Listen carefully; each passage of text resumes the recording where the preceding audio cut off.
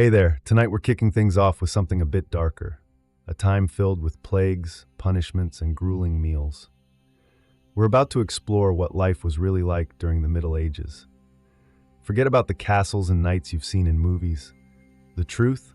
You probably wouldn't last a day in that world. Before we dive in, take a moment to hit that like button and subscribe, but only if you genuinely enjoy the content here. I'd also love to hear from you. Drop a comment letting me know where you're tuning in from and what time it is for you. It's always fascinating to see who's joining us from across the globe. Now let's get into it. Dim the lights, maybe turn on a fan for that quiet, soothing hum, and let's ease into this journey together. Welcome to 1325. The good news? You're alive. The bad news? So are the fleas. Your bed? A half-rotted straw mattress filled with bugs, hay, and a smell you'd rather not identify. But trust me, it's not good. This is no fancy bed with soft sheets. No, it's just a wool blanket that's been left unwashed since last winter, weighing about as much as a small cow, thanks to all the accumulated grime. You wake up slowly, blinking as the church bell clangs in the distance, your medieval alarm clock. It's louder and somehow less merciful than any we have today. Your home is a wooden hut with just one room, no windows, and an open floor plan that's shared with your family, livestock, and the insects that call it their own.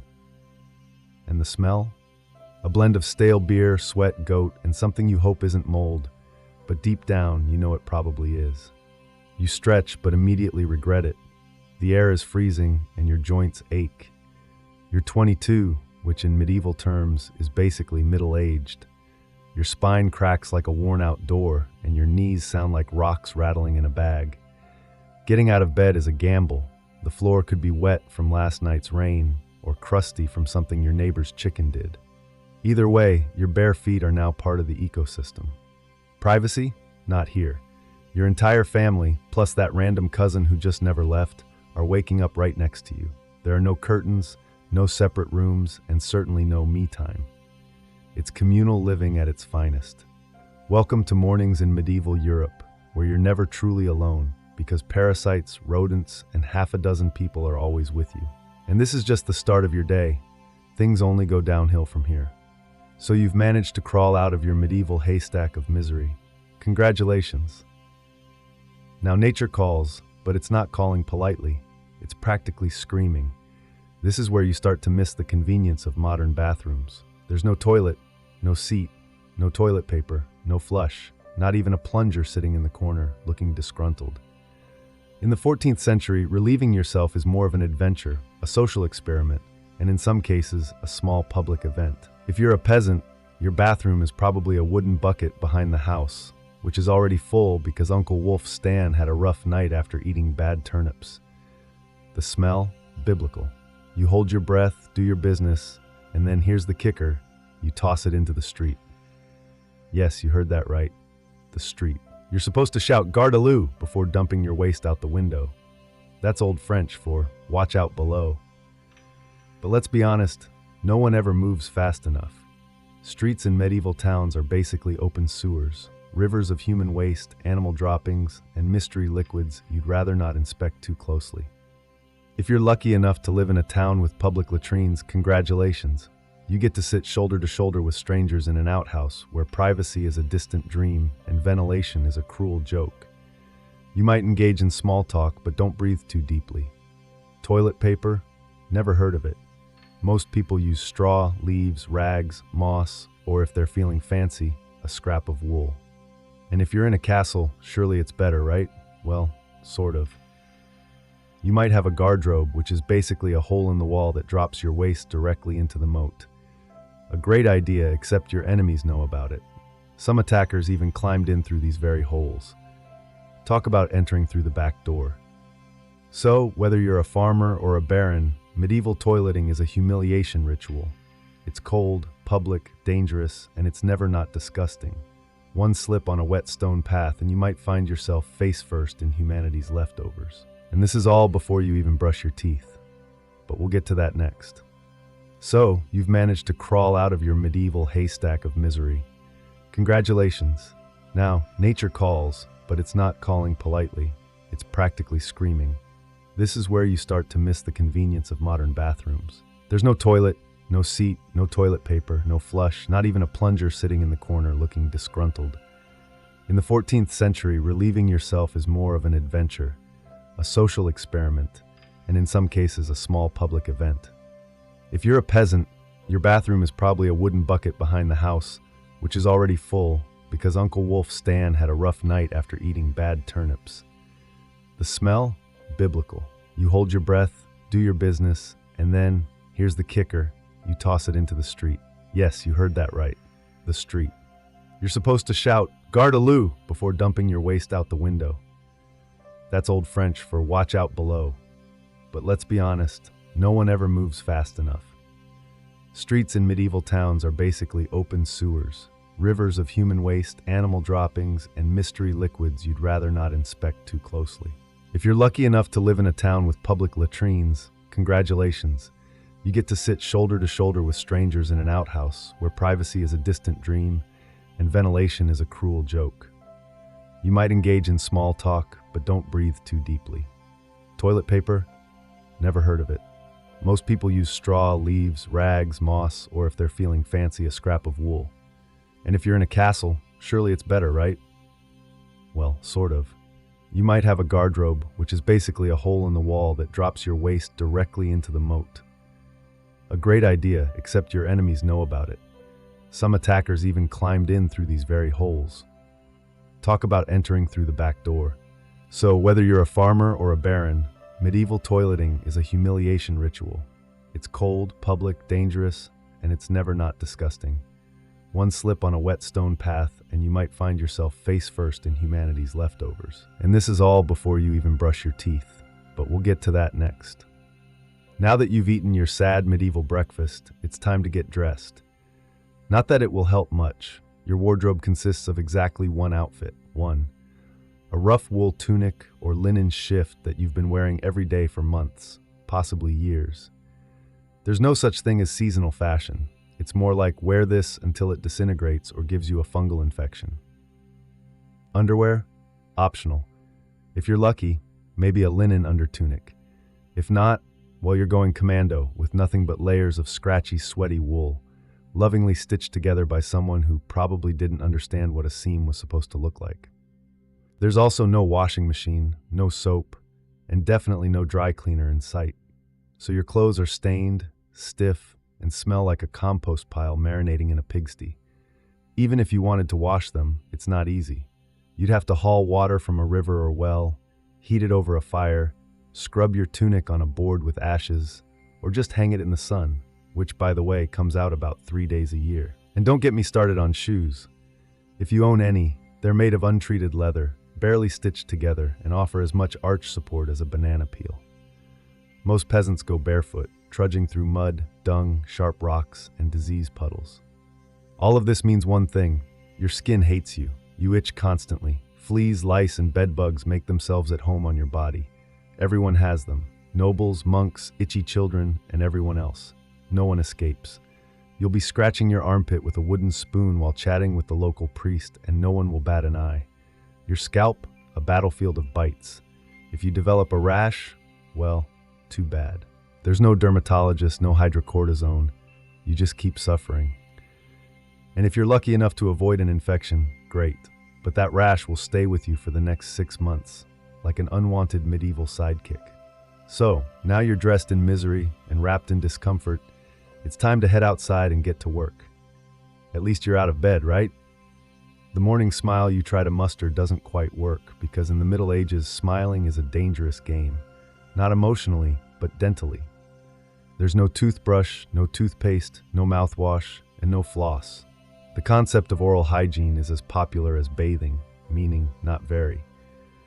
Some people might chew on a twig or rinse with wine or vinegar, but for the most part, your teeth are on their own, and they're not doing well.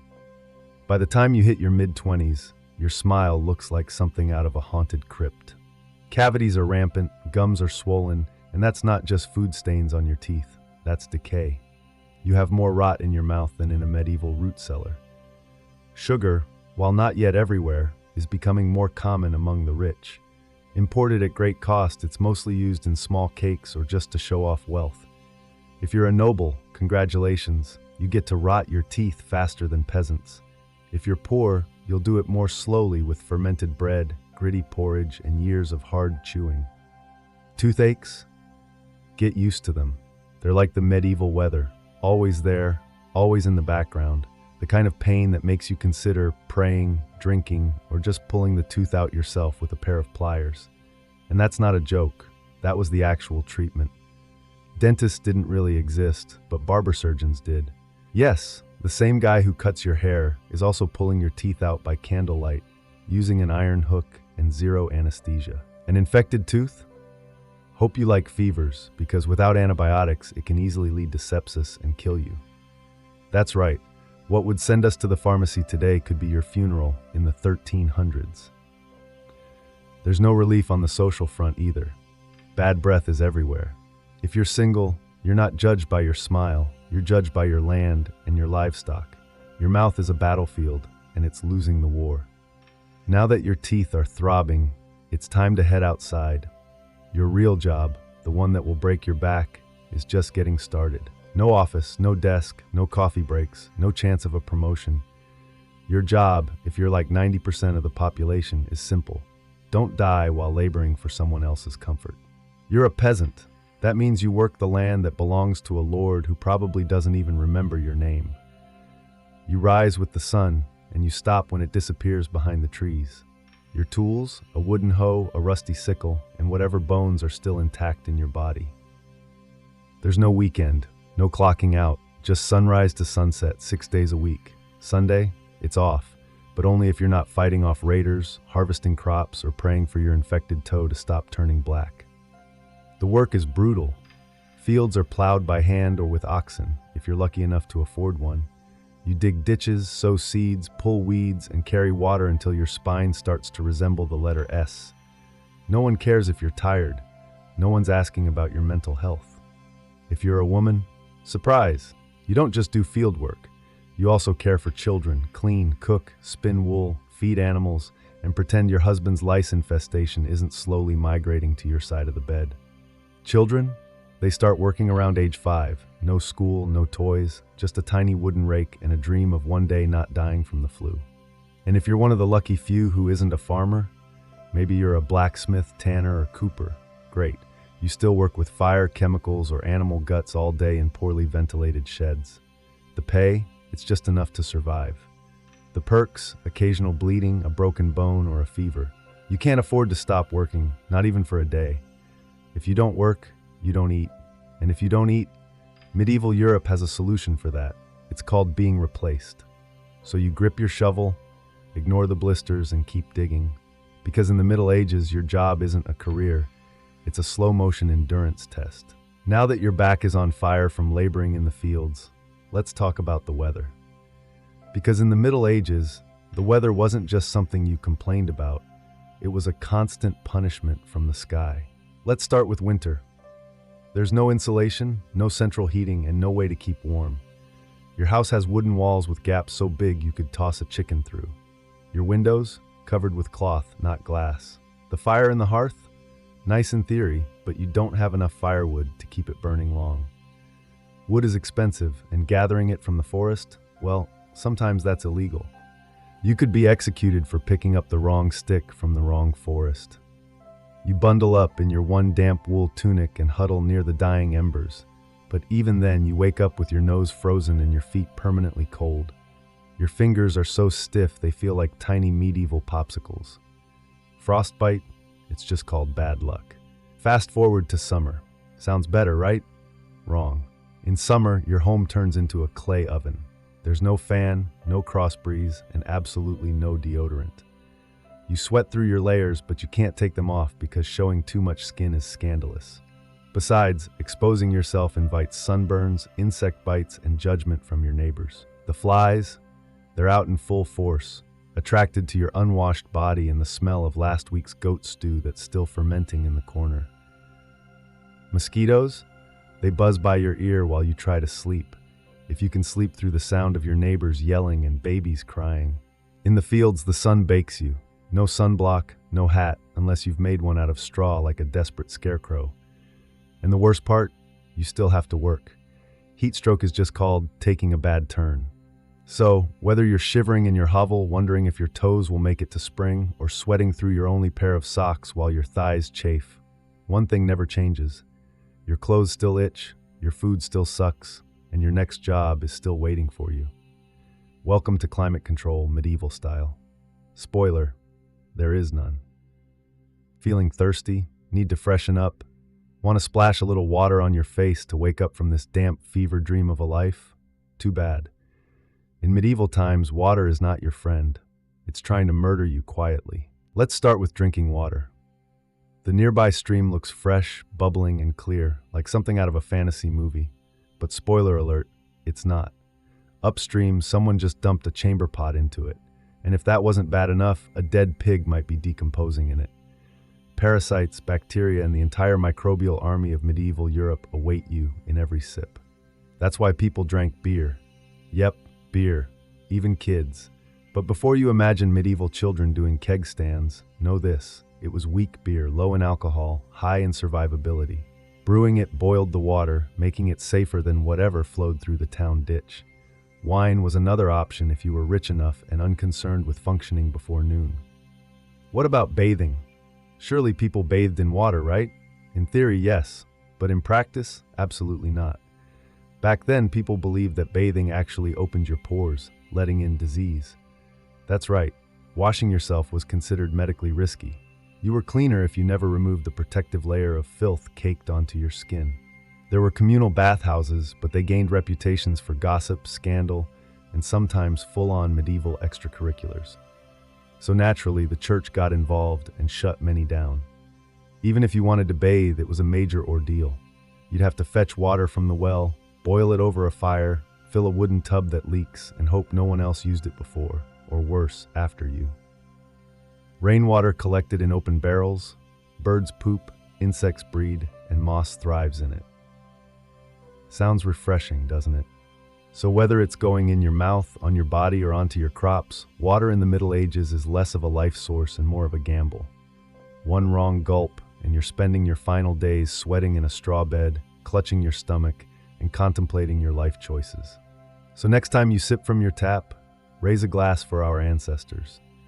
They didn't have the luxury of hydration without hazard. You're sick? You need help? You need a doctor? Well, too bad.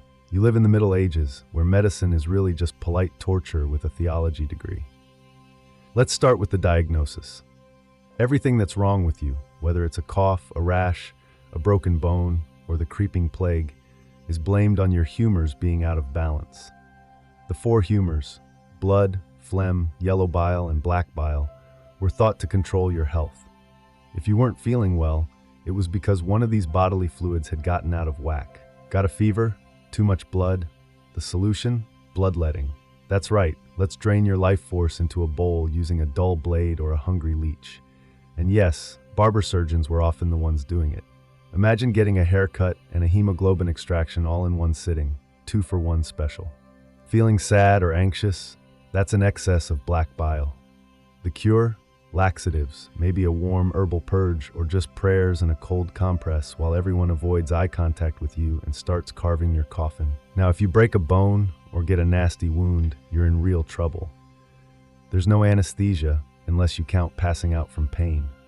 Surgery is done with knives that haven't been cleaned since the Crusades. The tools are heated over a fire, not for sterilization, but because they just look scarier that way. Antibiotics? Those are centuries away. Germ theory? Not invented yet. They think disease comes from bad air or God being mad at you. Got a stomach ache? Must be your sinful thoughts. Hope you like confessing while vomiting. If your condition gets worse, you're treated with more leeches, possibly crushed beetles, and a priest at your bedside giving last rites, just in case. At this point, they're preparing for the cure, which, in medieval terms, is death. But if you miraculously recover, everyone just assumes God took pity on you. The doctor, he gets all the credit. The leech, he gets promoted. So yes, in the Middle Ages, medicine isn't so much about healing. It's more about surviving the cure. After a long day of labor, lice, leeches, and laundryless misery, it's finally time to eat. You shuffle back to your hovel, stomach growling, hoping for the one joy left in life, a warm meal. Bad news, your meal is probably trying to kill you. Let's begin with the basics. Food preservation doesn't really exist. No fridge, no freezer, just salt, smoke, or the hope that winter air will keep things fresh. Your meat, if you're lucky enough to have any, has been hanging for days, covered in flies, marinated in questionable brine, and possibly shared with a rat or two. Bread is the cornerstone of the medieval diet, but even that isn't safe. In bad harvest years, desperate peasants bulk it up with bark, sawdust, or even clay to make it stretch. And if it's rye season, there's a bonus, ergot, a fungus that causes convulsions, hallucinations, and sometimes death. It's like eating bread laced with LSD and tetanus. Vegetables? Only if they're in season. And you know what's always in season? Turnips. So many turnips, boiled, mashed, or floating in pottage. Pottage, remember that swampy mystery stew, has been simmering since your great-grandfather's funeral. Fruit, maybe in the fall, but it rots quickly. Sugar? That's rare, expensive, and hoarded by the rich to show off their blackened teeth. Dairy is a gamble. Fresh milk spoils in hours. Butter and cheese fare better, but they're loaded with bacteria. People eat them anyway because it's either that or chew your boot leather. Spices like pepper, cinnamon, or nutmeg, worth more than gold. For the average peasant, flavor comes from onions, salt if you're lucky, and pain. Most meals taste like wet burlap sprinkled with sadness. But food isn't just a health hazard. It's a political one. Game animals belong to the Lord, not to you. Catch a rabbit? You could be fined, imprisoned, or even executed. That's right, your dinner could get you hanged. So as you sit down to eat your gray stew by flickering firelight, remember that every bite is a risk. But you eat it anyway, because in the Middle Ages, food doesn't nourish. It tests you. It's evening now. You've worked, suffered, and barely digested your suspicious stew. You might think the day is winding down, but don't get too comfortable, because God is watching. So is the priest. And so is your neighbor Agnes, who will absolutely rat you out if you miss Mass. In medieval Europe, religion isn't just part of life. It is life. The church controls your calendar, your laws, your education, if you can even read, and every significant event: birth, marriage, death, and everything in between. Think of it as your spiritual landlord, and you're always behind on rent. Every day is structured around prayer bells. The church bell rings at morning, noon, and night, not because people need reminders, but because missing prayer is a sin. Forget to bow? Sin. Eat meat on a Friday? Sin. Think about your neighbor's wife in that one dream? Double sin. And yes, hell? Very real. Vividly real. Priests describe it in glorious detail: rivers of fire, lakes of boiling blood, demons with pitchforks, and endless wailing. If the plague doesn't scare you, eternal damnation definitely will.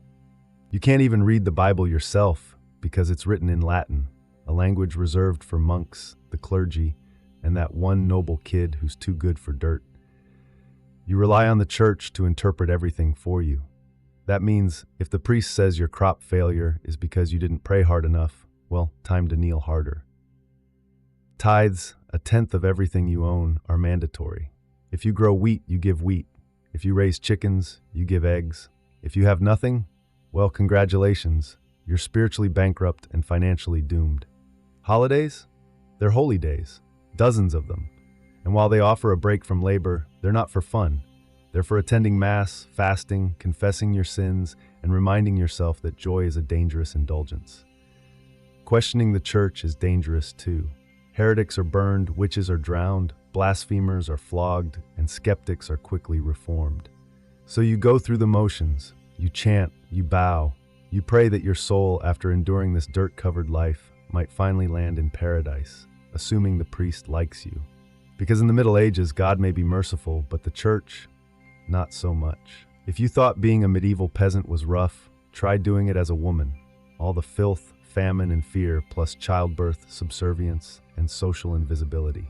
In the Middle Ages, being a woman is like being on hard mode, with no health potions and no restart button. From birth, a girl's life path is pretty much locked in. Marry young, bear children, serve your husband, die tired. Education? Not likely. Unless you're from a noble family and sent to a convent, your intellectual development stops around the time you learn how to churn butter and patch a tunic. Marriage happens early, really early. It's not weird to be betrothed at 12 and pregnant by 14. It's not about love, it's about land, livestock, and alliances. Your opinion? not required. Once married, you're basically your husband's property. Your job is to produce heirs, feed everyone, keep the house running, and never complain. Complaining might get you branded a nag, or worse, a witch. And that label comes with a complimentary drowning or burning, depending on the local fashion. Childbirth? It's a death lottery. There's no prenatal care, no sterile tools, and no anesthesia. Midwives do their best, but even minor complications can mean death for the mother, the child, or both. Some women survive 10 pregnancies. Many don't survive 2. But don't worry, once the baby is out, your work increases. Now you have a screaming infant in a lice-ridden hut, and you're expected to nurse, cook, clean, and still help in the fields. You don't get a break. You are the break for everyone else. If you're unmarried, you're suspicious. If you're widowed, you're vulnerable. If you're outspoken, you're dangerous. Women who didn't conform were often accused of witchcraft, especially if they had herbal knowledge, a strong personality, or just looked at someone funny on a rainy Tuesday. Even in the church, your role is limited. Nuns live under strict rules, no speaking without permission, no freedom of movement, and your spiritual worth is always ranked below men. In short, if you're a woman in the Middle Ages, you're expected to endure, obey, reproduce, and suffer in silence, ideally while smiling.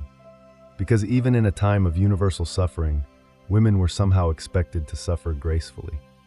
So far, you've battled filth, starvation, social injustice, and possibly a goat. But just when you think your day can't get any worse, here comes the final chapter: violence. Loud, bloody, and often completely acceptable by medieval standards. Let's be clear, the Middle Ages were not peaceful. The idea of law and order was mostly about hoping your local lord wasn't in a bad mood. Violence is everywhere, in the home, in the streets, on the battlefield, in church disputes, and sometimes even in line at the communal bread oven. Crime is common, punishment is brutal. Justice? Well, it's more like performance art than actual protection. Steal a loaf of bread, you could lose a hand. Accused of lying, your tongue might get pierced. Gossip too much? Meet the scold's bridle, a metal mask strapped to your head with a bar in your mouth, for your own correction, of course. Let's say you're accused of something serious, heresy, theft, or witchcraft. How do you prove your innocence? Simple, you're tortured. Welcome to trial by ordeal. One version, you stick your hand into boiling water to retrieve a stone. If your hand heals without infection in 3 days, you're innocent. If not, well, you're guilty. Another option, you're tossed into a river. If you sink, you're innocent, but probably dead. If you float, you're guilty and will be punished anyway. It's like a medieval game show where the prize is survival and the host is actively rooting against you. And if you're sentenced to death, that's a public event. Executions are performed in front of cheering crowds, hangings, beheadings, burnings. Sometimes people even bring snacks. It's the medieval equivalent of cable TV. Domestic violence? Totally normal. Husbands are allowed, no, expected, to discipline their wives and children. Street fights? Commonplace. You could be beaten just for looking the wrong way at a noble's horse. And war? Always simmering. Local feuds, territorial disputes, religious crusades. Someone's always marching off to stab someone else in the name of honor, God, or boredom. Violence isn't a breakdown of society in the Middle Ages. It is society. Everyone lives with the constant knowledge that life is fragile, justice is arbitrary, and your neighbor might bash your head in over a pig. So walk carefully, keep your eyes down, and never trust anyone with a club. By this point, you've made it through the lice, the leeches, the laundry-less misery, and the looming threat of public disembowelment. But now you're facing the final chapter of most medieval lives, an early and unglamorous death. If you're alive and still breathing past the age of 40, you're practically a celebrity. You might even be referred to as the Old One, which is less of a nickname and more of a statistical miracle. The average life expectancy? Around 30 to 40 years, but that number is dragged down by infant mortality. Nearly half of all children died before reaching the age of 5. Disease, malnutrition, or one bad winter could take you out. No vaccines, no antibiotics, no hope. If you survived childhood, you entered adulthood already exhausted. Work started as soon as you could walk upright, and by 25, your joints creaked like a monastery door. You might be missing several teeth, a finger, and most of your original optimism. Women faced a particularly deadly gauntlet: Childbirth was one of the leading causes of death. No pain relief, no medical intervention, just prayer, hot water, and someone holding your hand while you bled out on a straw-stuffed cot. For men, the dangers were different, but just as relentless. Farming accidents, infections from minor wounds, a neighbor's drunken rage, or a crusade gone sideways. Even walking to the market could be risky if you crossed paths with a bored bandit or an angry tax collector. Death could also come quietly from the plague, which turned cities into cemeteries overnight, or from famine, which could last entire seasons and thin out entire villages, or from bad luck, like eating spoiled grain and spending your final hours hallucinating and screaming at the walls. Funerals? If you're lucky, you get one. Bodies were buried quickly to avoid disease. No embalming, no polished coffins, just a hole, a few murmured prayers, and a shallow mound of earth if there was enough space in the churchyard. So yes, in medieval times, life was brutal, short, and constantly under siege by death in all its casual forms. You didn't retire, you just stopped showing up. And speaking of exits, let's talk about the medieval dream, the dream of becoming a knight. Think again. That romanticized version of the Middle Ages, the gallant swordsman, noble ladies in towers, heroic battles and feasts in candlelit halls. It's a myth, polished by fairy tales and fantasy books. In truth, the medieval world was gritty, cruel, and deeply unfair. Hierarchy was everything. If you were born poor, you stayed poor. If you were born rich, congratulations. You had a better chance of surviving, but you were still one bad soup away from dysentery and a hasty burial. Even the nobles weren't immune to misery. Castles were drafty stone refrigerators filled with fleas, smoke, and politically motivated marriages. Sure, you had a fur cloak and a goblet of wine, but also a 50% chance of dying in a skirmish or from an infected splinter. Not exactly luxury. The simpler times weren't simple, they were relentless. Everything took longer, everything hurt more. Everything from childbirth to chewing came with consequences. Life wasn't leisure, it was survival. And if you did find a quiet moment to think, to dream, to imagine something better, well, there wasn't much you could do with it. No upward mobility, no modern medicine, no internet to Google, what's this weird rash? You lived, suffered, worked, and died within a 10-mile radius of where you were born. But here's the wildest part. Through all of this, through the filth, the violence, the never-ending struggle, people still laughed. They sang songs, told stories, fell in love, and found meaning. Not because life was easy, but because humans are stubborn like that. Even in the darkest chapters of history, they made space for light.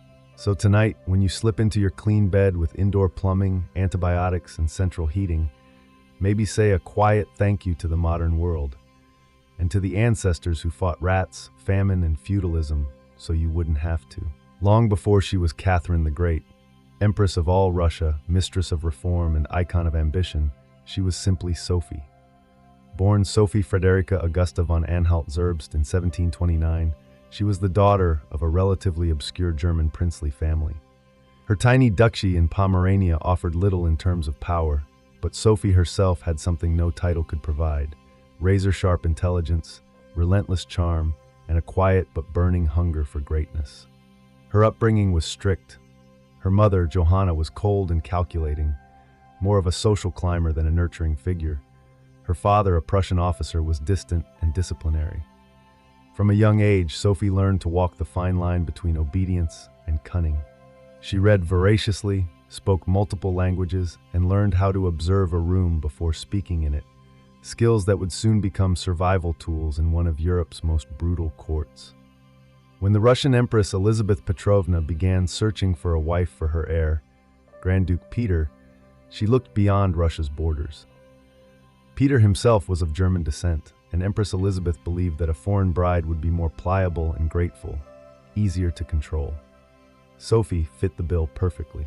She had noble blood, Lutheran faith, which she'd be forced to abandon, and a reputation for both grace and humility.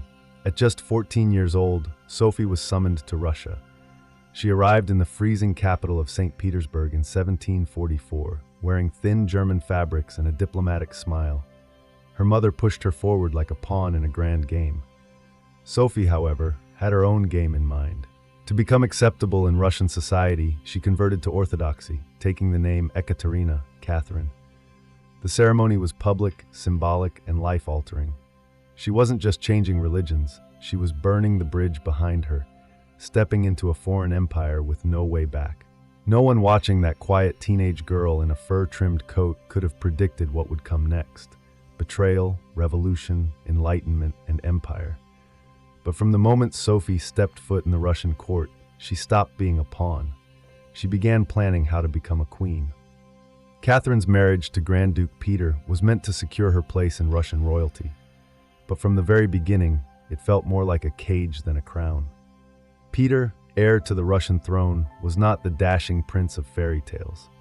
Awkward, immature, and obsessed with toy soldiers, he was far more interested in playing war games in his chambers than in governing an empire or showing affection to his new wife. Some accounts even suggest he refused to consummate the marriage for years. He idolized Frederick the Great of Prussia and resented the Russian court that had adopted him. In contrast, Catherine embraced Russia with fierce determination. She learned the language, studied its history, and memorized Orthodox rituals. She wanted to belong. Peter wanted to escape. This mismatch wasn't just emotional, it was political. The Russian court was a viper's nest of gossip, paranoia, and brutal power games. Empress Elizabeth still ruled with absolute authority, but her health was in decline. Everyone knew a transition was coming, and everyone had an agenda. Catherine was watched constantly. Her letters were read, her friendships monitored, and her every move scrutinized. She couldn't trust her husband, her mother, who was still whispering in her ear on behalf of foreign interests, or even her servants.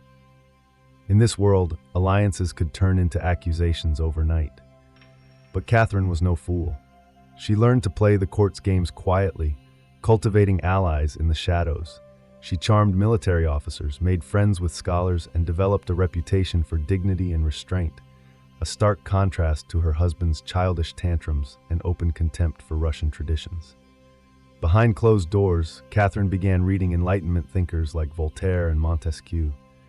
While others saw her as a young consort, she was building a vision, not just for herself but for Russia, a nation of strength, education, and reason. But there was one problem. The longer Peter lived, the longer Catherine remained in limbo, just a powerless wife to a man unfit to rule. So she waited, observed, and planned. She knew the Russian throne wouldn't be inherited, it would have to be taken. In 1762, after nearly 2 decades of waiting, watching, and quietly maneuvering, Catherine saw her moment and seized it with breathtaking precision. Empress Elizabeth had died, and Peter, now Peter III, was finally Tsar. But his reign began to unravel almost immediately. In just a few short months, Peter alienated the church, offended the nobility, insulted the army, and lavished praise on Prussia, Russia's longtime enemy. He reversed key policies, humiliated the clergy, and talked openly about divorcing Catherine to marry his mistress. The court, already wary of his erratic behavior, turned cold. The army, filled with generals loyal to Catherine, grumbled in the corridors. Even ordinary Russians, devout and patriotic, saw Peter as a foreign puppet who mocked their traditions. Catherine, watching all of this unfold, made her move. In July of that same year, while Peter was away at his summer palace, Catherine launched a bloodless coup d'état.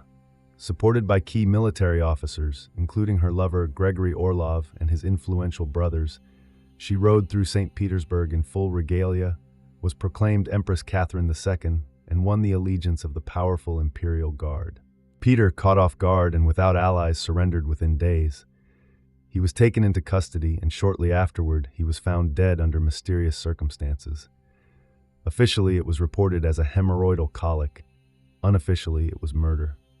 Catherine was now empress, not by birth, not by marriage, but by will, wit, and audacity. It was unprecedented. A foreign-born woman with no legitimate claim had taken the Russian throne without a single battle. But her real challenge was just beginning. She had to transform that bold grab for power into a lasting legacy. Would Russia accept her? Would the nobility respect her? Could she hold the empire together without falling victim to the same fate as her husband? Catherine understood that power gained through intrigue could be lost just as easily. She needed to rule, not as a schemer, but as a visionary. And so began her transformation from a careful conspirator to a reforming empress. one who would redraw borders, embrace the Enlightenment, and redefine what it meant to be a woman in power. Once Catherine had the crown, she could have rested on her laurels. But she didn't. She had something bigger in mind than just sitting on a throne. She wanted to transform Russia, not just militarily or politically, but intellectually. While Peter had worshipped Frederick the Great and toy soldiers, Catherine idolized Voltaire, Diderot, and the bold thinkers of the Enlightenment. She believed in reason, progress, education, and the role of a monarch as a servant of the people, even if she herself ruled with absolute authority. Catherine didn't just read Enlightenment philosophy, she lived it. She corresponded directly with Voltaire for over 15 years, flattering him while defending her autocracy. She invited Diderot to her court and even bought his entire library to support him financially. Behind closed doors, she pored over legal texts, debated reforms, and crafted policies to modernize the empire. Her early reign was filled with efforts to codify Russian law. She formed the Legislative Commission in 1767, an ambitious project intended to rewrite the entire legal code of Russia. Catherine's own nakaz instruction was a political manifesto in disguise, one that spoke of equality before the law, the dangers of torture, and the responsibility of rulers to serve the common good. For an empress in 18th century Russia, it was radical. But Enlightenment ideals had to survive the realities of Russia, a vast, feudal, deeply conservative land ruled by nobles who liked their serfs exactly where they were, beneath them. Catherine knew this. While she advocated reform, she moved carefully. She abolished some forms of torture, expanded access to secular education, and built schools and libraries. But she also reaffirmed the nobility's control over their serfs to keep them loyal. This was Catherine's balancing act. A philosopher queen in public, a practical empress in private. She walked a tightrope between ideology and survival, between the shining salons of Paris and the gritty politics of Moscow. Her vision for Russia was bold, but always calculated. In many ways, Catherine wasn't trying to make Russia European. She was trying to make Russia modern, on her terms. And that meant reform, yes, but with an iron hand and a velvet glove. Catherine wasn't content with just reforming Russia from within. She wanted to expand it outward, to make it an empire worthy of fear, admiration, and envy. Where Peter the Great had opened a window to the west, Catherine aimed to knock down the walls. Under her leadership, Russia's borders stretched wider than ever before. She waged wars not just to defend her crown, but to reshape the map of Europe. One of her most significant campaigns was against the Ottoman Empire.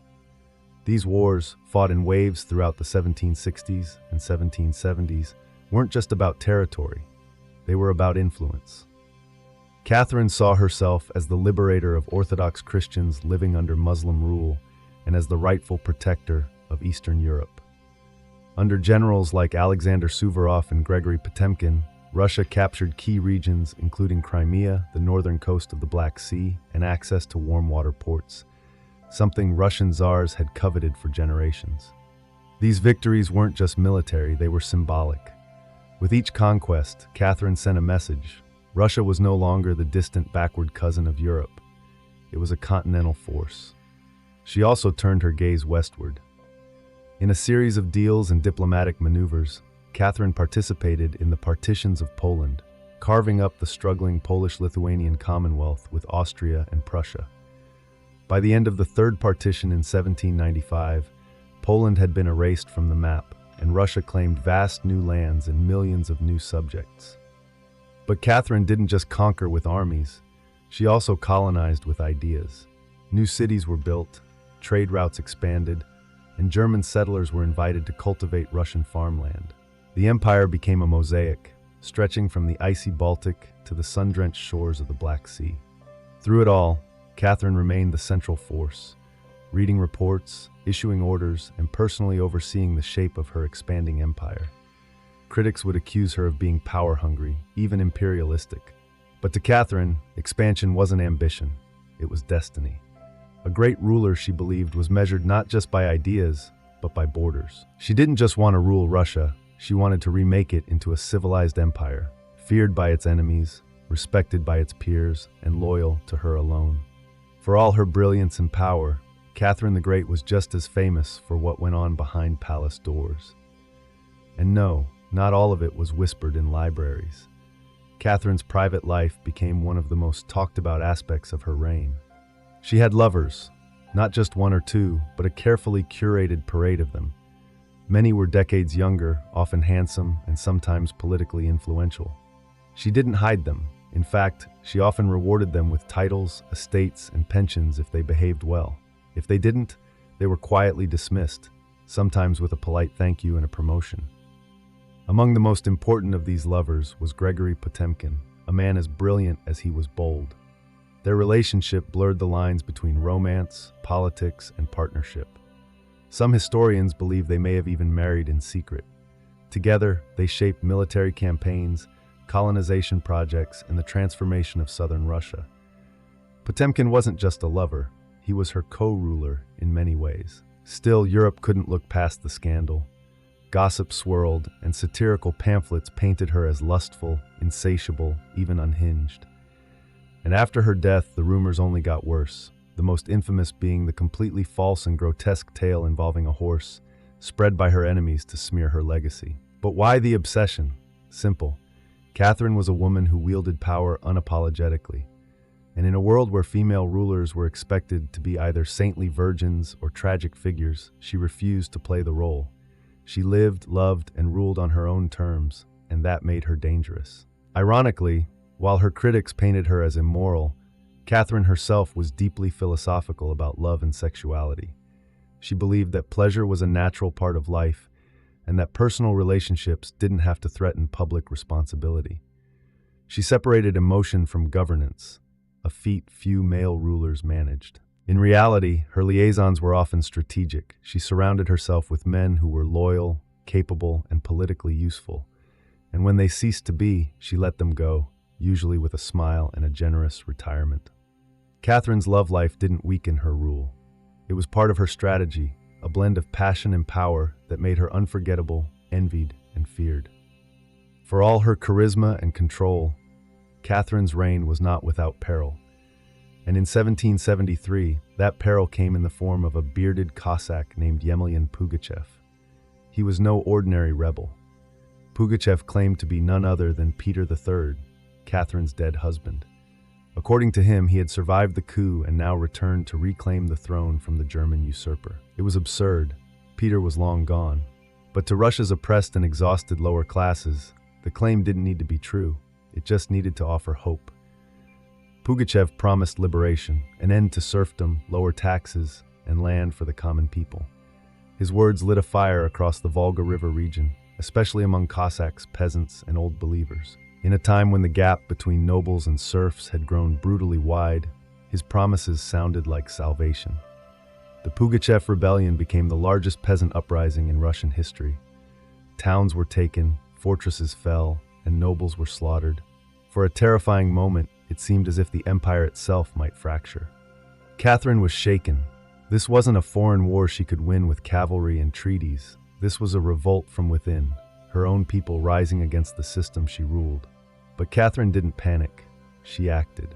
She dispatched professional military forces to crush the rebellion ruthlessly. Pugachev's forces were defeated in 1774. He was captured, displayed in an iron cage, and eventually beheaded in Moscow as a public warning to all who dared follow. Afterward, Catherine doubled down on order and control. Her dreams of liberating the serfs quietly faded into silence. The rebellion had shown her the limits of enlightenment in a country still shackled by feudalism. She now leaned harder on the nobility, who offered loyalty in exchange for absolute control over their serfs. This was a turning point. The empress who once quoted Voltaire now prioritized stability over philosophy. Reform became cautious, surveillance increased, rebellion, even whispered, was to be stomped out before it had a chance to grow. Pugachev may have lost his head, but he left behind a warning that haunted Catherine. Power built on inequality could only hold so long before the storm came crashing through. By the time Catherine the Great approached the final years of her life, she had ruled Russia for over 3 decades, longer than any female ruler in Russian history. From the moment she seized power, she had defied expectations, reshaped her empire, and redefined what it meant to be a woman and a monarch. Under Catherine's reign, Russia became a true European powerhouse. Its territory expanded by over 200,000 square miles, swallowing Crimea, parts of Poland, and stretches of the Black Sea coast. These weren't just military victories, they were strategic pivots, securing warm water ports and reshaping trade. But her legacy wasn't only drawn on maps. Catherine left a cultural mark as well. She helped found the Hermitage Museum, amassed one of the greatest art collections in Europe, and corresponded with the greatest minds of the Enlightenment. Her court became a center of sophistication, art, and intellectual ambition. In a country often viewed as backward by Western Europeans, Catherine put Russia firmly on the cultural map. She modernized education, founding schools for girls and promoting the printing of books. She introduced smallpox inoculation to Russia, even publicly receiving the vaccine herself, an act of scientific bravery for her time. Yet her reign was also one of contradictions. While she admired Enlightenment ideals, she never freed the serfs. In fact, she extended serfdom deeper into Russia's territories. Her reforms, while impressive, remained mostly top-down, designed to polish the empire without truly transforming its foundations. Still, Catherine's rule brought stability and ambition. She understood that power was not inherited. It was crafted, managed, and constantly defended. She ruled not by divine right, but by force of will, political brilliance, and relentless calculation. She was called many things: a user, a tyrant, a reformer, a seductress. But above all, she was effective. When she died in 1796, Russia was wealthier, larger, and more formidable than it had been in centuries. She left behind a throne secure, an empire expanded, and a legend that would endure for centuries. Catherine didn't just reign, she ruled with intellect, strategy, and an unapologetic grip on history. And in doing so, she became more than an empress. She became a myth. For all her power, expansion, and enduring legacy, Catherine the Great was still at her core a woman navigating a man's world and reshaping it in her image. Behind the imperial portraits and state decrees was someone deeply aware of how precarious her position was. She wasn't born Russian. She came to the throne through a coup. She ruled an empire that didn't want a woman in charge. And yet she not only endured, she thrived. Catherine was never content to be ornamental. She read constantly, wrote endlessly, and never stopped learning. Her daily schedule was intense. Hours of reading reports, corresponding with foreign powers, editing state papers, and managing a court filled with rival factions. She wasn't content to simply sit on the throne. She worked the throne like a stateswoman born to it. She was also, in many ways, lonely. She surrounded herself with courtiers, lovers, and artists, yet wrote in her memoirs of how few people she could truly trust. Her son, Paul, whom she distrusted and kept away from state matters, grew into a man she feared would undo all her progress. Her greatest emotional partnership with Gregory Potemkin faded into deep friendship, but his death in 1791 left a wound that never truly healed. Catherine crafted her image carefully. She understood the power of narrative and wielded it better than most monarchs of her age. She posed as the mother of Russia, the enlightened monarch, the warrior empress, and the lover of the arts. But beneath those roles was a woman who had endured rejection, betrayal, scandal, and rebellion, and kept going. When she died in 1796, she left behind an empire transformed, but also questions. Could she have done more to end serfdom? Were her Enlightenment ideals compromised by politics? Was she more reformer or ruler? History remembers her by the title she never gave herself, the Great. It wasn't because she was flawless or kind or just. It was because she took power and wielded it on her own terms, in a time and place where women weren't supposed to have any. She didn't just wear the crown, she rewrote what it meant to deserve one. In the humid depths of the Chiapas jungle in southern Mexico, the ruins of Palenque whisper stories from the ancient Maya world. Towering temples rise above the canopy, their limestone faces eroded by time but still brimming with secrets. And in 1994, one of those secrets revealed itself. A team of Mexican archaeologists led by Fanny Lopez Jimenez was surveying Temple 3, a relatively modest pyramid next to the more famous Temple of the Inscriptions, the burial site of the mighty King Pakal the Great. Temple 3 wasn't expected to hold much until they noticed something odd, a sealed, hidden chamber beneath the structure. No looters had touched it. It was pristine. When the archaeologists broke through and lowered themselves inside, they found a stone sarcophagus resting in silence. The air was heavy with the weight of centuries. As they opened the lid, red dust rose like smoke. Brilliant, shocking red.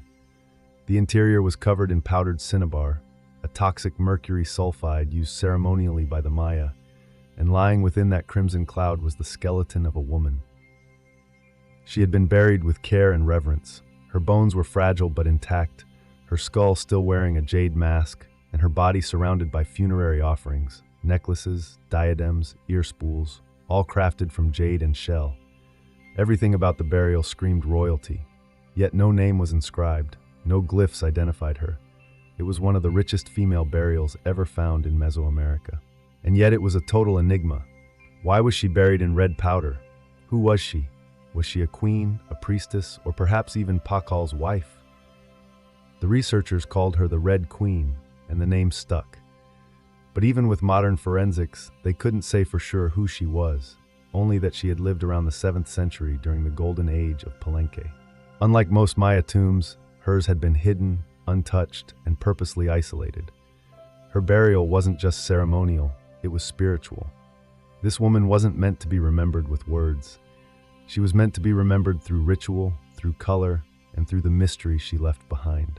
The most haunting feature of the Red Queen's tomb wasn't her jade jewelry or the silence of the sealed chamber. It was the red dust.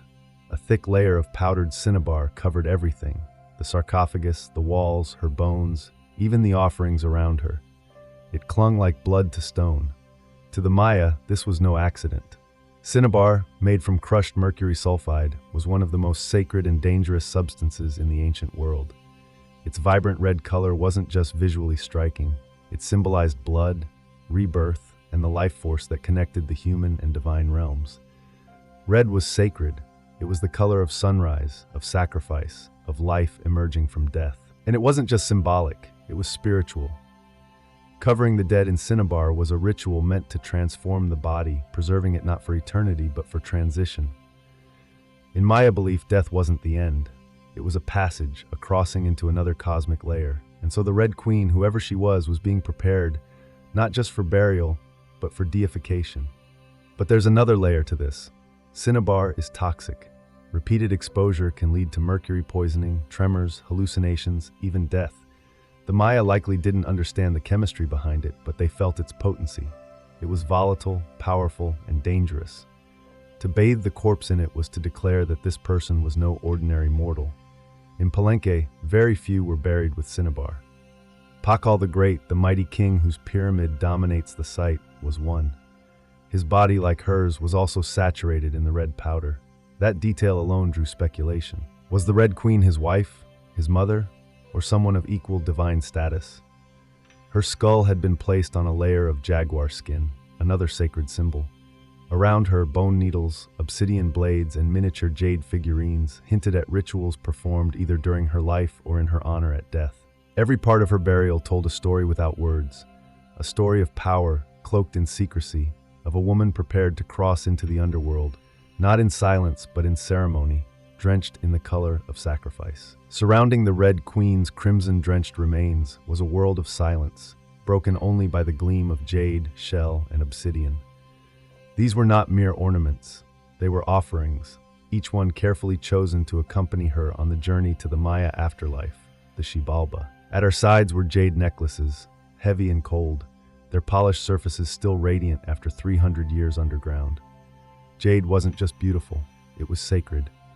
The Maya considered it a symbol of eternal life. It represented the green of maize, the vitality of the jungle, and the breath of the gods. Only the elite were buried with jade. For the Red Queen, it covered her chest, wrists, and ears, a clear sign that in life she wielded influence, perhaps even divine favor. One of the most haunting objects was the jade funerary mask placed delicately over her face. Unlike the golden death masks of Egypt, this one was subtle, constructed from dozens of tiny mosaic tiles arranged to mimic the contours of her skull. The mask served a ritual function, to protect the soul, to preserve identity, and to present her as divine in the eyes of the gods. Scattered near her bones were bone needles, obsidian blades, and shell artifacts, These could have been tools of ritual or symbols of her status as priestess, healer, or royal matriarch. One bone pin was engraved, faint but purposeful, a small echo of her voice, lost to time. At her feet and along the edges of the tomb were ceramic vessels, still sealed. These likely once held offerings, food, drink, or incense, to sustain her spirit beyond death. The Maya believed the afterlife was a journey, dangerous and layered, filled with challenges. These items weren't luxuries, they were necessities. To modernize, the tomb feels intimate, not overloaded but intentional. There was no gold, no chariots, no pomp, just items chosen with spiritual weight. It was a map for the soul. Through these treasures, we glimpse how the Maya understood death, not as finality, but as a transition of power. The Red Queen wasn't buried to be forgotten. She was being prepared to ascend. For all the grandeur of her tomb, the Red Queen left behind one haunting void. No name, no inscriptions adorned her sarcophagus. No glyphs on the walls identified her. She was clearly someone powerful, but who? From the moment her tomb was opened, scholars began trying to connect the dots. The most compelling theory is that the Red Queen was Zakbu Aha, the wife of Kinich Janab Pakal, known today as Pakal the Great, the most famous ruler of Palenque. Zakbu Aha was more than just Pakal's consort. She was born into nobility and married into Palenque's royal dynasty at a young age. She bore at least 3 sons, all of whom held high status, and she played a key ceremonial role during her husband's reign. If anyone could be buried with such honor, it was her. Supporting this theory was the tomb's location, just a few feet away from Pakal's own grand burial in the Temple of the Inscriptions. The proximity suggests a deliberate pairing, husband and wife rulers, even in death. And then there's the cinnabar. Only 2 burials in Palenque were found with such intense cinnabar coverage, Pakal and the Red Queen. It's unlikely this was a coincidence. But here's where the mystery deepens. DNA tests were conducted on both sets of remains in hopes of confirming the connection. But the results were inconclusive. The woman's bones showed no direct maternal link to Pakal. But that didn't rule out a spousal relationship. After all, marriage doesn't require shared blood. Some have argued she could have been Sakuk, Pakal's powerful mother, who ruled Palenque before he came of age. Others suggest she may have been a high priestess or a royal ancestor whose name has simply been lost to history's erosion. Still, the evidence points most strongly to Zakbu Aha, a queen by title, a mother of kings, and a spiritual counterpart to Pakal. The lack of a name may not have been an oversight. It may have been intentional. In Maya cosmology, the soul lived on, not through monuments, but through ritual, symbol, and the whispers of the earth. And so the Red Queen remained suspended between legend and truth, a woman who ruled, remembered not in stone, but in scarlet and silence. To understand the Red Queen, we must understand the world she came from, a world where Maya women, especially royal ones, held more influence than many realize. In Maya civilization, politics was often a family affair. Royal women weren't merely passive consorts. They were diplomats, priestesses, and power brokers. They conducted rituals, sponsored temples, and played crucial roles in maintaining dynastic legitimacy. Their bloodlines were political capital used to forge alliances and secure claims to the throne. Take Sakuk, for example, the mother of Pakal the Great. When the throne of Palenque was left vacant, she took power herself and ruled as queen regent until her son came of age. She wasn't a placeholder. She was a ruler in her own right, issuing decrees and overseeing construction projects. Without her, Palenque may never have risen to prominence at all. And she wasn't an anomaly. Across the Maya world, in places like Yaxchilan, Naranjo, and Calakmul, inscriptions show women performing major ceremonies, engaging in warfare, diplomacy, and sometimes ruling outright. They were often portrayed in stelae and murals, dressed in elaborate headdresses and regalia, standing beside kings as equals or sometimes above them.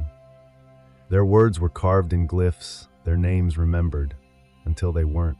By the time Spanish conquistadors arrived centuries later, much of that memory had eroded. The colonial lens saw native women as silent figures in a male-dominated world. But the archaeology tells a different story, one of complex gender roles, where power was negotiated, not simply inherited. This context casts the Red Queen in a new light. She may not have ruled in name, but her burial, rich, sacred, and positioned beside Pakal, suggests she was a central pillar in the royal order. Her jade mask wasn't just decoration, it was a symbol of identity, of power held in life and protected in death. Her bloodline may have been the very glue that held Palenque's dynasty together. In Maya civilization, a queen wasn't just a queen. She was a keeper of sacred lineage, a voice in ceremony, and often the bridge between gods and men. The Red Queen may be nameless, but in her world, she was never voiceless. The Red Queen wasn't just buried with treasures. She was buried in architecture rich with purpose, layered with Maya cosmology, ritual symbolism, and intentional design. Her tomb wasn't merely a grave, it was a gateway to eternity. Her body was discovered inside Temple 3, one of the smaller pyramids within the heart of Palenque. Yet its proximity to the Temple of the Inscriptions, the resting place of Pakal the Great, is telling. These temples weren't built randomly. Their positioning was sacred, guided by astrology, myth, and dynastic legacy. Temple 3 rises modestly compared to its grand neighbor, but it hides something even more intimate, a sealed crypt, untouched by looters, perfectly preserved. It was constructed deep within the temple's core, accessible only by a steep, narrow staircase.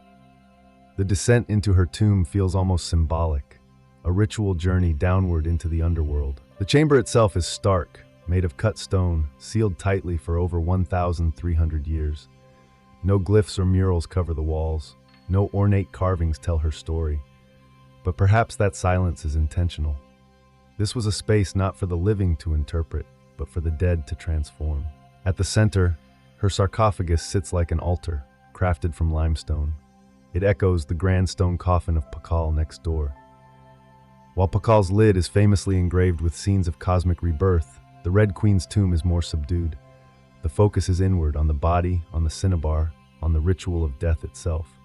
And yet there are subtle architectural cues that hint at meaning. The tomb is aligned east to west, a symbolic path mirroring the sun's journey from life to death. The chamber is small but powerful. It feels deliberate, personal, a sacred enclosure for someone revered.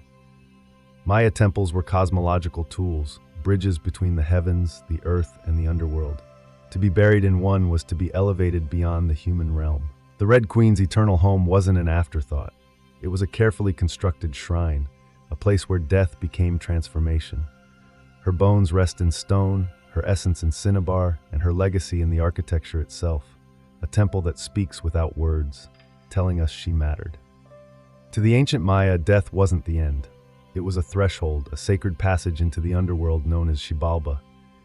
And for someone like the Red Queen, this crossing was not only spiritual, it was political, cosmological, and deeply ritualized. Burial rituals were carefully choreographed events, rooted in myth and meant to guide the soul through the treacherous layers of the underworld.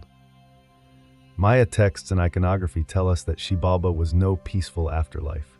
It was a maze of darkness, rivers of blood, trials, and gods of death. Only those properly buried, ritually prepared and spiritually equipped, could make the journey successfully. The Red Queen was buried, wrapped in cinnabar, encased in stone, and surrounded by offerings, all signs of an elite burial. But there's more. The presence of bone needles and obsidian blades in her tomb hint at self-sacrifice rituals, possibly symbolic tools representing rites she had performed in life, or that were reenacted at her burial to empower her spirit. Her jade funerary mask, carefully assembled from tiny mosaic tiles, was not simply decorative. It may have served as a spiritual vessel, preserving her face and identity as she journeyed into the afterlife. In Maya belief, the face was a mirror of the soul, and the soul needed to be recognized by the gods. The ceramic vessels surrounding her may have once held chocolate, maize, water, or even pulque, items meant to nourish her in the next world. Other items, like stingray spines or shell trumpets, could have represented spiritual tools, calls to the gods, or tokens of ritual communication. Burial wasn't just a goodbye, it was a transformation. The Maya believed in cycles, death as seed, burial as planting, and the afterlife as rebirth. Kings and queens were often seen as earthly incarnations of gods, and in death, they returned to those divine origins. The Red Queen, covered in the color of blood, entombed in a pyramid and honored with offerings, was being prepared for rebirth, not as a mortal, but as a being tied to the sacred order of the cosmos. Her burial wasn't the end of her story, it was the beginning of her legend. Just a few steps away from the Red Queen's final resting place lies one of the most iconic tombs in Mesoamerica, that of Kinich Janab Pakal, known simply as Pakal the Great. His burial inside the Grand Temple of the Inscriptions is celebrated for its artistry, scale, and deeply spiritual symbolism. But what makes the Red Queen's tomb so extraordinary isn't just what was inside, it's where it was found. Her sarcophagus was hidden within Temple 3, directly adjacent to Pakal's monument. In a city like Palenque, where every temple was carefully positioned to reflect cosmic principles, this closeness was no coincidence. It was intentional, a statement etched in stone. Many scholars believe the Red Queen was Zakbu Aha, Pakal's queen and trusted consort. While her tomb lacks inscriptions, the similarities between their burials are striking. Both were wrapped in cinnabar, both entombed in pyramids, and both buried with jade. Both were treated with extreme reverence. These rituals mirror each other, as if two halves of a sacred narrative. Pakal's lid famously depicts him falling into the underworld tree, a cosmic scene of death and rebirth. The Red Queen's simpler tomb contains no such iconography, but the symbolism lies in the pairing itself.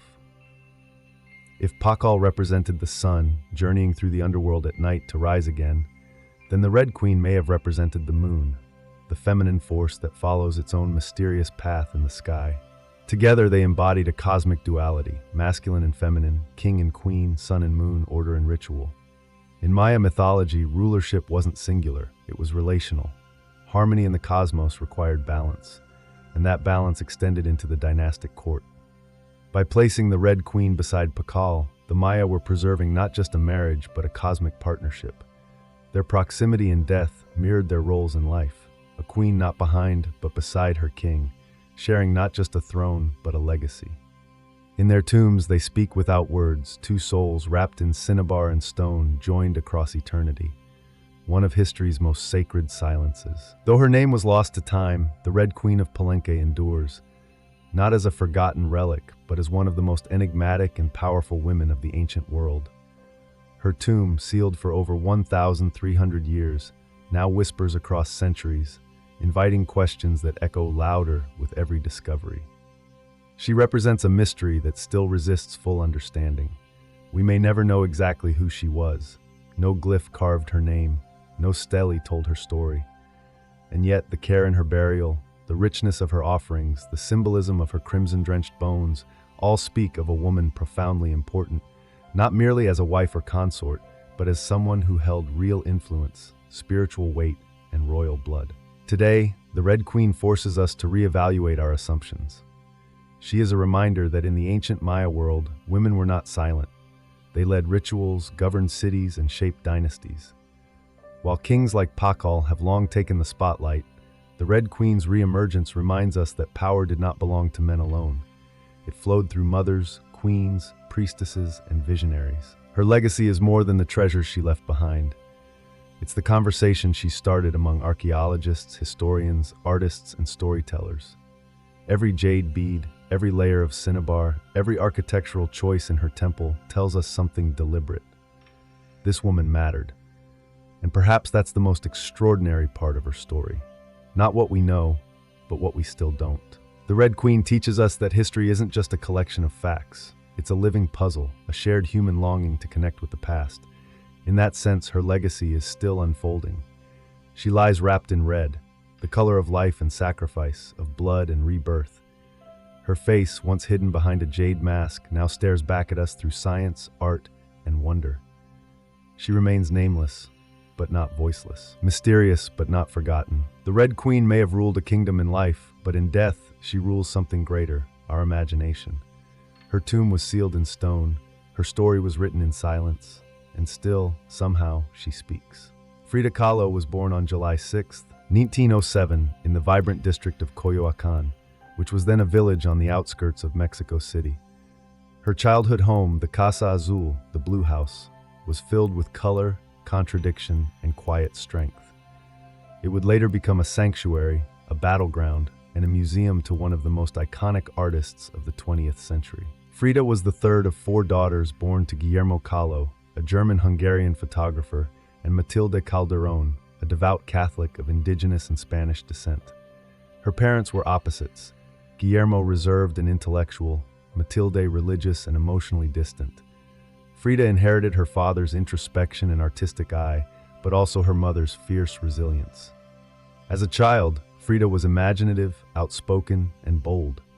She read voraciously and asked questions that most adults didn't want to answer. But at the age of 6, she contracted polio, which left her right leg thinner and weaker than the other. A physical difference she tried to mask with long skirts but never allowed to limit her spirit. The illness left her bedridden for months, isolated from other children. During this time, she grew close to her father, who encouraged her to exercise, ride bicycles, and stay mentally sharp. Unlike most girls of her time, Frida didn't aspire to become a wife or homemaker. Her goal was to become a doctor. She enrolled in the prestigious National Preparatory School in Mexico City at age 15, one of only a handful of girls accepted. There, she stood out, not just for her intelligence, but for her rebellious wit, radical thinking, and unique sense of style. She joined a group of young intellectuals known as the Cachuchas, who debated philosophy, literature, and politics. Frida was drawn to revolution, ideas that challenged tradition. But even in those early years, before the bus crash that would define her body and before the fame that would define her legacy, Frida Kahlo was already painting herself into the world with sharp edges, unapologetic ideas, and an identity too big to fit inside anyone else's expectations. On September 17, 1925, Frida Kahlo's life was split in two: the girl she had been and the woman she was forced to become. That afternoon, she boarded a wooden bus with her boyfriend, Alejandro Gomez Arias, after school. They were laughing, teasing each other, and probably arguing. Frida never did anything halfway. But moments later, the bus collided with a streetcar, and in an instant, her future unraveled into pain, metal, and silence. The crash was horrific. The streetcar crushed the bus against a wall, splintering wood and flinging passengers. Frida was impaled by an iron handrail. It entered her left hip and exited through her pelvis. Her spinal column fractured in 3 places. Her right leg shattered. Her foot dislocated. Her collarbone and ribs broke. Her shoulder was dislocated. Her abdomen was pierced. She was just 18 years old. A man covered her with a borrowed overcoat. Someone else noticed that her body was sparkling, not from blood, but from the gold powder she had been carrying in a pouch. It had exploded on impact, dusting her broken form in what looked like glittering ash. Frida was taken to the Red Cross hospital and underwent numerous surgeries over the following months. She spent weeks in a body cast, flat on her back, immobile, writhing with infection and uncertainty. The future she had imagined, of becoming a doctor, slipped further away with every passing day. But in that stillness, something began to stir. Her father gave her brushes. Her mother rigged a special easel to hang above her bed. A mirror was placed on the canopy so she could see herself. And there, lying in plaster and agony, Frida began to paint. First out of boredom, then out of obsession. Her first subjects were her own reflection, because she was all she had. But what emerged wasn't vanity, it was survival. The crash had broken her physically, but it had also opened a door into her own mind, her own body, and eventually into the surreal language of pain and identity that would define her art. The girl who wanted to heal others now began healing herself, one brushstroke at a time. As Frida Kahlo lay encased in plaster and steel, a body fighting itself with every breath, she began to paint. What started as a form of therapy soon became a language, and that language was deeply personal, brutally honest, and often hard to look at, which was precisely the point.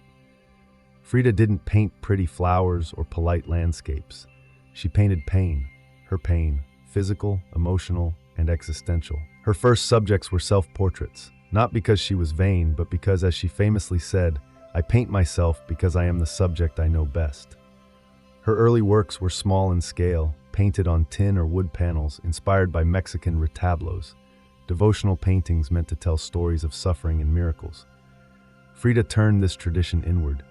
Her body became the canvas. Her emotions became the altar.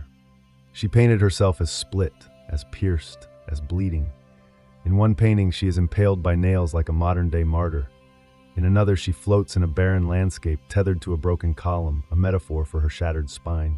She painted herself weeping, fractured, decapitated, and bare, but never passive, always watching. Her pain was not sanitized. She painted the ugliness of trauma with beauty, defiance, and even humor. Each piece was a reclamation of her body, her experience, and her identity as a woman in a world that often tried to define her. But Frida wasn't just telling her story. She was inventing a new kind of visual narrative, one that blended Mexican folk art, surrealism, medical illustration, and symbolism. Her paintings became dreamlike autopsies of her soul, framed in color, culture, and myth. By the time Frida recovered enough to walk again, albeit painfully, she was no longer the girl who had wanted to be a doctor. She was an artist, and her art was unlike anything anyone had seen. She had taken the worst thing that had ever happened to her and turned it into a source of creation.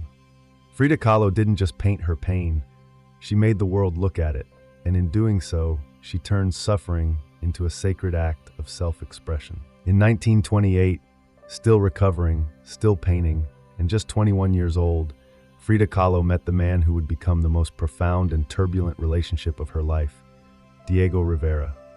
He was 20 years her senior, already Mexico's most famous painter.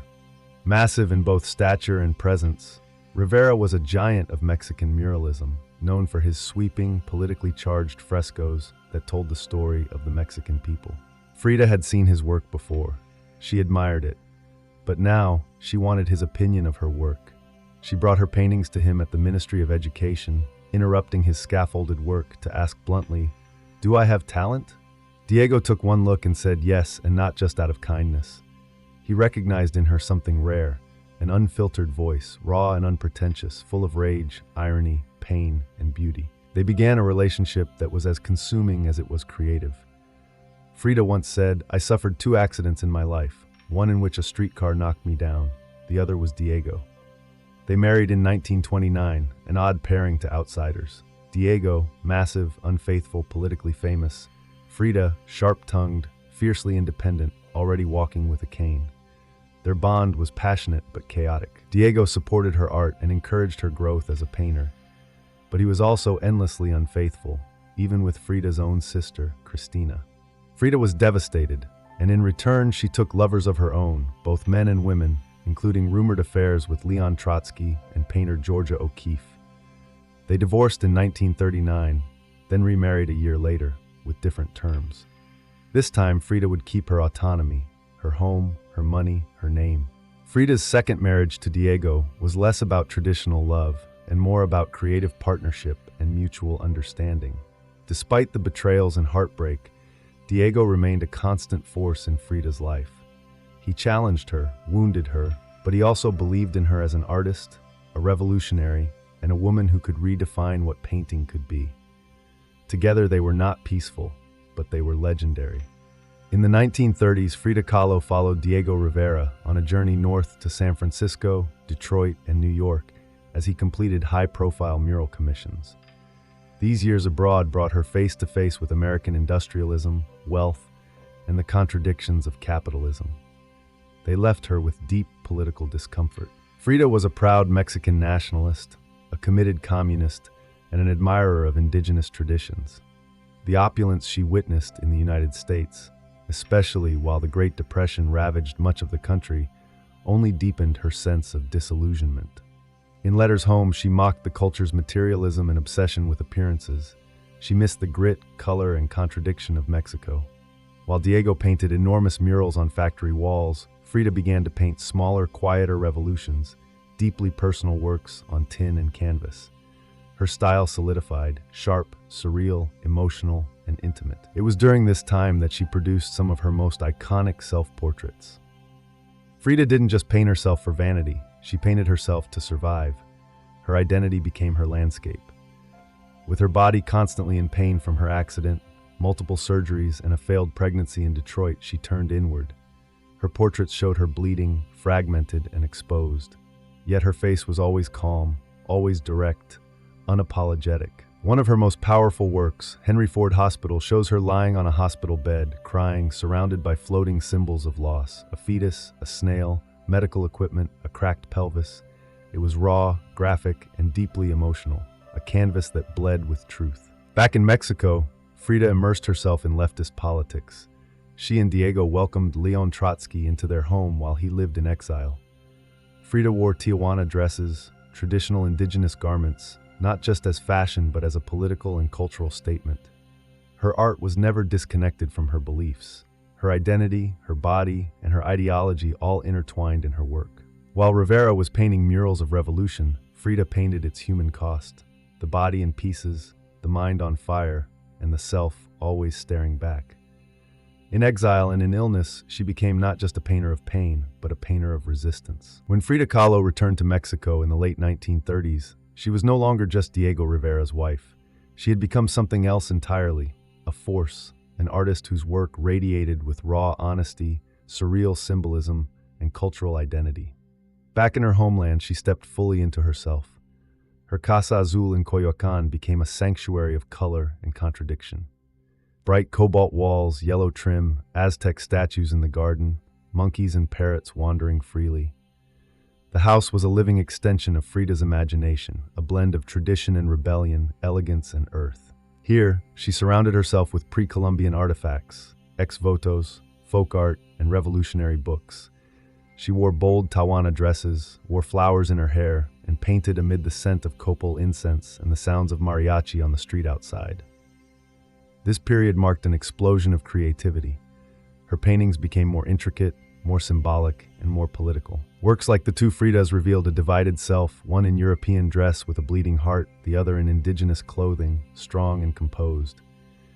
It was Frida's visual autobiography, a portrait of love, loss, and heritage.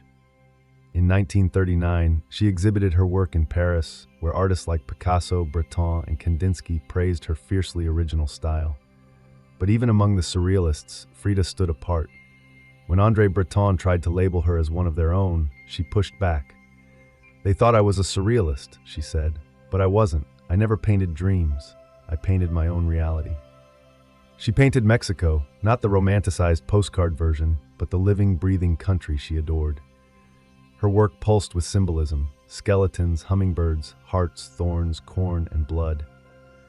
She honored the indigenous roots of her homeland while unmasking the violence of its past and present. But even as her artistic voice grew stronger, her health continued to decline.